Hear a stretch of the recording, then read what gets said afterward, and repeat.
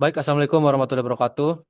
Izin memperkenalkan diri, nama saya Muhammad Fabian Rebani dengan NIM 111120227 dari kelompok 8. Di sini kami dari kelompok 8 akan mempresentasikan eh, hasil eh, sistem dari hidrogeologi Kars yang berada di zona Kendang.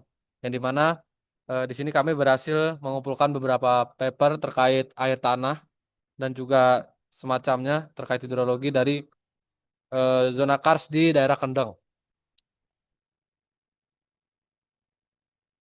Lanjut untuk outline sendiri yang bakal kita sampaikan di sini yang kita akan presentasikan yaitu yang pertama ada karakteristik geologi, yang kedua itu ada strategi eksplorasi, dan juga yang ketiga itu ada tantangan eksplorasi. Lanjut saja di sini ke pembahasan yang pertama itu dari abstraknya di sendiri. Sistem hidrogeologi Kars dari zona Kendeng merupakan bagian integral dari landscape Kars yang luas di Pegunungan Kendeng, Jawa Timur, Indonesia, yang ditandai oleh formasi batu gamping yang rentan terhadap proses pelarutan dan pembentukan goa serta sistem akuifer bawah tanah. Landscape ini terbentuk melalui proses kartisifikasi yang berlangsung selama jutaan tahun, di mana air hujan asam bereaksi dengan mineral kalsium karbonat yang menciptakan morfologi unik seperti dolina, sinkhole, dan juga sungai bawah tanah yang memfasilitasi aliran air yang tidak terlihat. Menurut Kusuma Yuda tahun 2018, Kars Kendeng menunjukkan karakteristik hidrogeologi yang kompleks dengan aliran air bawah tanah yang cepat melalui celah dan saluran kars, yang dimana mempengaruhi ketersediaan air dan resiko pencemaran dari aktivitas manusia seperti pertambangan. Penelitian ini menganalisis dinamika hidrogeologi tersebut melalui pendekatan geofisika dan juga permodelan numerik, yang mengungkapkan bahwa sistem akuifer kars dan zona kendeng memiliki kapasitas penyimpanan air yang tinggi, namun rentan terhadap kontaminasi akibat infiltrasi cepat dari permukaan yang dapat diperburuk oleh deforestasi dan penggunaan lahan intensif di daerah tersebut. Hasil menunjukkan bahwa debit air itu dari tanah berkisar 10 sampai 50 liter per detik per kilometer persegi dengan variasi musiman yang signifikan dipengaruhi oleh curah hujan menurut Wahyudi dan Suyanto 2020, serta fluktuasi yang terkait dengan perubahan iklim seperti El Nino yang dapat menyebabkan penurunan debit hingga 30% selama musim kemarau. Implikasi penelitian ini penting untuk pengelolaan sumber daya air dan juga mitigasi dari dampak lingkungan pada daerah Kars, termasuk pencegahan kekeringan dan pencemaran akibat eksploitasi industri serta rekomendasi untuk pengembangan kebijakan konservasi seperti pembatasan aktivitas pertambangan di zona sensitif Kars untuk menjaga keseimbangan ekosistem dan juga keberlanjutan sumber daya air bagi masyarakat lokal. Di sini kata kunci dari abstrak yang kita buat yaitu yang pertama ada hidrogeologi Kars, lalu ada zona pegunungan kendeng, akuifer bawah tanah, dan juga pencemaran air. Jadi di sini merupakan abstrak dari beberapa bagian paper yang sudah kami kumpulkan. Mungkin selanjutnya next. Selanjutnya adalah karakteristik geologi kendeng. Pegunungan kendeng merupakan zona geologi kompleks di Jawa bagian utara hingga tengah, yang tersusun terutama oleh sedimen Miocen Pliocen, didominasi oleh formasi kerek dan formasi kalibang, yang terdiri atas napal, batu lempung, batu lanau, batu pasir tufan, serta sisipan batu gamping. Lingkungan tektoniknya bersifat kompresif, membentuk struktur sesar naik, dan lipatan asimetris hingga hampir tegak yang menyebabkan perlapisan batuan terdeformasi kuat serta tidak kontinu. Kondisi ini menghasilkan anisotropi hidrolik tinggi dan mengontrol penyebaran air tanah di bawah permukaan. Pada bagian utara, khususnya kawasan Kars Watu Putih, berkembang sistem akuifer karbonatan yang luas dengan tinggi infiltrasi mencapai 40 hingga 80% curah hujan. Membentuk cekungan air tanah yang menopang mata air perennial berdebit besar seperti Sumber Seribu, Perubulat, dan Kalutan. Selanjutnya, di luar zona kars, napal karbonatan pada formasi kerek dapat berfungsi sebagai akuifer melalui mekanisme kapilarisasi. Meskipun produktivitasnya bersifat sedang dan tersegmentasi akibat pengaruh struktur geologi, sementara itu, napal pejal formasi kalibeng cenderung menjadi lapisan penutup yang menghambat aliran vertikal. Kombinasi litologi sedimen, struktur kompresi, dan perkembangan kars menyebabkan hidrogeologi kendeng sangat bergantung pada integrasi batuan karbonatan dan zona infiltrasi. Akibatnya, perubahan penggunaan lahan, terutama penambangan batu gamping, berpotensi menghilangkan kemampuan infiltrasi, menurunkan ketersediaan air tanah, dan memperburuk defisit air yang telah teridentifikasi di berbagai wilayah kendeng. Secara keseluruhan, pegunungan kendeng mencerminkan interaksi erat antara geologi sedimen terdeformasi, sistem kars yang aktif, dan dinamika air tanah yang sangat peka terhadap gangguan antropogenik. Eksplorasi di kawasan Kars menjadi target industri batu gamping, khususnya di Pegunungan Kendeng Utara, dan harus dirancang bukan hanya untuk menemukan potensi sumber daya air, tetapi juga untuk memahami cara air mengalir di bawah permukaan dan seberapa besar sistem tersebut mampu bertahan ketika aktivitas tambang berlangsung. Menurut Setiawan eh, dan kawan-kawan, tahun 2020 mengacu dia strategi eksplorasi dimulai dengan pemetaan detail terhadap fitur-fitur hidrologi utama seperti air, mata air, goa, sumur gali, dan sungai bawah tanah. Dan setiap fitur didokumentasikan tidak hanya secara spasial tetapi juga melalui pengukuran parameter air langsung di lapangan, yaitu ada pH, suhu, EC, HCO3, dan RN. Dan lalu dilanjutkan dengan pengambilan sampel untuk dianalisis pada laboratorium untuk menghasilkan ion utama dan juga isotop yang stabil. Menurut Hadi dan kawan-kawan, tahun 2023 menekankan bahwa eksplorasi harus dilanjutkan dengan perhitungan daya dukung lingkungan air atau WECC yang melalui penyusunan dua skenario. Yang pertama, keadaan existing tanpa kebijakan tambang, dan kedua skenario kebijakan dan rencana penambangan aktif. Kebutuhan air domestik ini dan irigasi dihitung sebagai demand, dan sementara debit mata air, curah hujan, kapasitas infiltrasi, serta potensi simpanan akuifer itu menjadi data supply. Analisis perbandingan sebelum dan sesudah ini kebijakan dilakukan dengan memprediksi zona defisit air, tekanan terhadap muka air tanah, hingga kemungkinan degradasi kualitas salinitas ion Ca, Mg, sulfat, dan HCO3. Jika WECC menunjukkan eh, atau penurunan signifikan, maka zona target eksplorasi diarahkan pada deliniasi daerah imbuhan, termasuk perhitungan zonasi kuantitatif dan buffer pelindung mata air sebagai area yang tidak boleh ditambang. Selanjutnya ada tantangan eksplorasi. Tantangan utama dalam eksplorasi hidrogeologi dan pengelolaan sumber daya air di kawasan kars Pegunungan Kendeng berakar pada sifat unik dan rentan sistem kars itu sendiri. Ditambah dengan tekanan kebijakan pembangunan yang berorientasi pada pemanfaatan sumber daya alam, terutama penambangan batu gamping. Kemudian berikut adalah tantangan eksplorasi hidrogeologi di kawasan kars Kendeng. Yang pertama, kompleksitas dan kerentanan sistem hidrogeologi kars. Kawasan Kars Kendeng atau KBAK, yaitu kawasan bentang alam kars, memiliki fitur hidrogeologi yang kompleks dan sangat sensitif terhadap gangguan. Kemudian sistem penyimpanan air yang rentan. Jadi kawasan ini berfungsi sebagai reservoir air alami atau natural water reservoir dan mengatur siklus air termasuk penyerapan, penyimpanan, dan pelepasan air hujan, absorption, storing, and releasing the rainwater. Keberadaan mata air atau springs dan aliran sungai bawah tanah underground river flows menjadi penentu ketersediaan air minum dan irigasi bagi masyarakat lokal. Kemudian adanya ancaman gangguan hidrologi. Kegiatan penambangan seperti tambang terbuka dikhawatirkan akan mengganggu siklus hidrologi. Gangguan ini dapat mengurangi debit atau aliran air, menyebabkan kekurangan air, terutama saat musim kemarau, dan berpotensi memicu bencana seperti banjir dan tanah longsor. Kemudian ada juga penurunan koefisiensi infiltrasi atau kajian lingkungan hidup strategis KLHS menunjukkan potensi perubahan tata ruang termasuk penambangan yang dapat mengurangi koefisiensi infiltrasi air hingga 30%. Kemudian yang kedua, pada tantangan eksplorasi ini yaitu ada kompleksitas struktur akuifer akibat thrust fault dan litologi Miosen. Zona kendeng didominasi batuan sedimen umur Miosen dengan struktur tektonik thrust fault.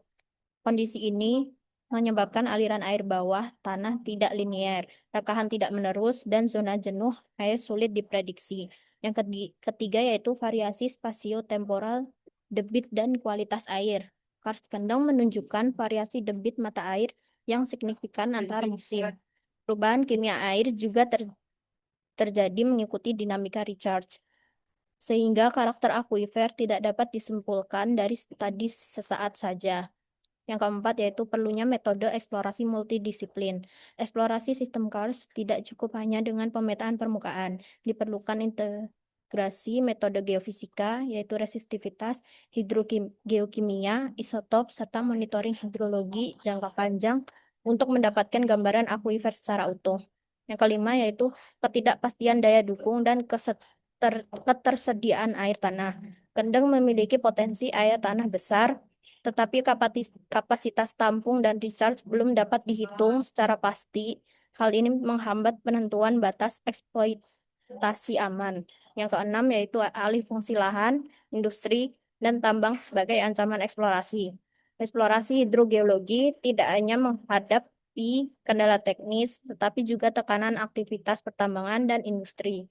Penurunan kualitas vegetasi dapat mengurangi infiltrasi dan meningkatkan resiko kekeringan jangka panjang. Kemudian yang ketujuh yaitu lemahnya implementasi instrumen kebijakan lingkungan. Meski terdapat kajian strategi seperti SEA atau AMDAL, penerapannya sering tidak mampu mengendalikan pembangunan dan eksploitasi kars. Ini menyebabkan eksplorasi ilmiah tidak selalu sejalan dengan kebijakan ruang. Yang kedelapan, minimnya data hidrologi dan dokumentasi subsurface. Banyak bagian sistem kars kendeng belum terpetakan, baik jaringan rekahan bawah tanah maupun speleologi. Hal ini menyebabkan pemodelan akuifer masih terbatas pada lokasi-lokasi yang sudah diteliti. Yang kesembilan yaitu konflik sosial dalam akses dan eksploitasi air tanah. Masyarakat kendeng memiliki keterikatan sosial budaya terhadap sumber air. Eksplorasi sering menimbulkan penolakan ketika dianggap mengancam keberlanjutan sumber daya air dan ruang hidup warga. Yang ke-10 terakhir, yaitu tantangan mengintegrasikan keberlanjutan jangka panjang. Eksplorasi harus mempertimbangkan penggunaan air secara berkelanjutan, menjaga fungsi resapan, serta menghitung carrying capacity lingkungan. Tanpa pendekatan keberlanjutan, eksplorasi hanya menghasilkan data tanpa perlindungan sistem kars. Masuk ke kesimpulan, di mana pada poin pertama terdapat kesimpulan mengenai Pegunungan Kendeng merupakan zona geologi kompleks di Jawa bagian utara sampai tengah yang tersusun terutama oleh sedimen berumur Miosen sampai Pliocene, didominasi oleh formasi kerek dan formasi kalibeng yang terdiri atas napal, batu lempung, batu lanau, batu tufan, serta sisipan batu gamping. Selanjutnya lingkungan tektonik pada zona kendeng bersifat kompresif, membentuk struktur sesar naik dan lipatan asimetris hingga hampir tegak, yang menyebabkan perlapisan batuan terdeformasi kuat serta tidak kontinu. Pada zona kendeng ini terbentuk anisotropi hidrolik tinggi dan mengontrol penyebaran air tanah di bawah permukaan. Pada bagian utara, khususnya kawasan Kars Watu Putih, berkembang sistem akuifer karbonatan yang luas dengan tingkat infiltrasi tinggi mencapai 40 hingga 80% curah hujan. Membentuk cekungan air tanah yang menopang mata air perennial berdebit besar seperti Sumber Seribu, Berubulan, dan juga Kalutan. Formasi kerek pada zona kendeng berfungsi sebagai akuifer melalui mekanisme kapilarisasi, meskipun produktivitasnya bersifat sedang dan tersegmentasi akibat pengaruh struktur geologi. Sementara itu, napal produktivitasnya bersifat sedang. Napal pejal formasi kalibeng cenderung menjadi lapisan penutup yang menghambat aliran vertikal. Selanjutnya, litologi napal pejal formasi kalibeng cenderung menjadi lapisan penutup yang menghambat aliran vertikal. Secara keseluruhan, pegunungan kendeng mencerminkan interaksi erat antara geologi sedimen terdeformasi, sistem kars yang aktif, dan dinamika air tanah yang sangat peka terhadap gangguan antropogenik. Eksplorasi di kawasan Kars pada Pegunungan Kendeng ini menjadi target industri batu gamping, khususnya di Pegunungan Kendeng pada bagian utara. Strategi eksplorasi pada daerah penelitian dimulai dengan pemetaan detail terhadap fitur-fitur hidrogeologi utama seperti mata air, gua, sumur gali, dan sungai bawah tanah. Tantangan utama dalam eksplorasi hidrogeologi ini dan pengelolaan sumber daya air di kawasan Kars Pegunungan Kendeng berakar pada sifat unik dan rentan sistem Kars itu sendiri. Ditambah dengan tekanan kebijakan pembangunan yang berorientasi pada pemanfaatan sumber daya alam, terutama penambangan batu gamping. Secara keseluruhan, sistem geologi hidrogeologi Kars Kendeng ini di Pegunungan Kendeng Jawa Timur Indonesia merupakan contoh klasik dari akuifer Kars yang kompleks dan rentan, di mana proses pelarutan batu gamping, pembentukan jaringan saluran bawah tanah yang memfasilitasi air yang cepat dan tidak terlihat. Menurut Kusuma Yuda et al. Tahun 2018. Kars Kendeng ini menunjukkan karakteristik hidrogeologi yang kompleks dengan aliran air bawah tanah yang cepat melalui celah dan saluran kars yang mempengaruhi ketersediaan air dan risiko pencemaran dari aktivitas manusia seperti pertambangan.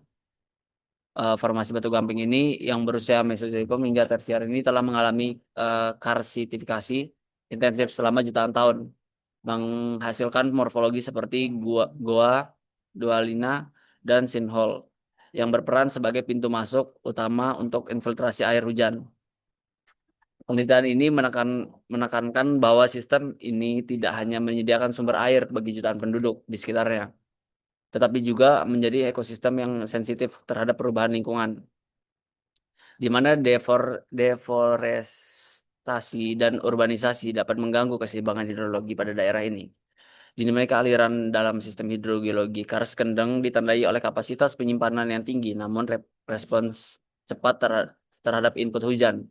Dengan debit air bawah tanah yang bervariasi musiman, menurut Wahyudi dan Suyanto tahun 2020, menyatakan bahwa debit air bawah tanah berkisar antara 10 hingga 50 liter per detik per kilometer persegi, dengan variasi musiman yang signifikan, dipengaruhi oleh curah hujan, yang menunjukkan bahwa selama musim hujan aliran meningkat drastis hingga 200% dari baseline. Sementara musim kemarau menyebabkan penurunan debit yang tajam. Penelitian ini mengungkapkan bahwa saluran kars utama seperti yang teridentifikasi melalui survei geologi maupun geofisika bertindak sebagai konduktor utama, memungkinkan air mengalir dari permukaan ke aquifer dalam waktu singkat.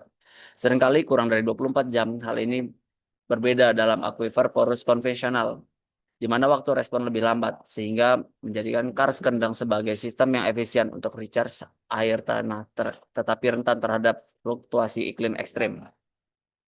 Yang terakhir adalah risiko pada pencemaran dan tantangan pengelolaan merupakan aspek kritis pada sistem hidrologi Kars Kendeng, di mana infiltrasi cepat dari permukaan memungkinkan kontaminan terhadap pestisida, limbah industri, dan bahan tambang masuk ke dalam akuifer tanpa filtrasi alami memadai. Menurut Puraninja dan Notosuryo tahun 2019, menyoroti bahwa aktivitas pertambangan semen di daerah Kars Kendeng telah meningkat risiko pencemaran air bawah tanah dengan konsentrasi logam berat seperti timbal dan merkuri melebihi standar aman di beberapa sumur, yang nantinya dapat berdampak jangka panjang pada kesehatan masyarakat dan ekosistem sungai bawah tanah. Aplikasi penelitian ini mendorong pengembangan strategi mitigasi termasuk pertambangan, pembatasan eksploitasi lahan, pemantauan berkala debit dan kualitas air, serta integrasi data geospasial untuk perencanaan konservasi. Secara keseluruhan, pemahaman mendalam tentang sistem ini penting berkelanjutan sumber daya air di Indonesia, terutama di tengah tantangan perubahan iklim dan tekanan populasi, dengan rekomendasi untuk pendekatan interdisipliner yang melibatkan geologi, hidrologi, dan kebijakan lingkungan. Sekian presentasi untuk daftar pusakanya. Ada yang ini. Baik, sekian presentasi dari kelompok kami. Mohon maaf apabila terdapat kekurangan selama pengerjaan output ataupun hasil yang dihasilkan. Terima kasih atas perhatiannya. Wassalamualaikum warahmatullahi wabarakatuh.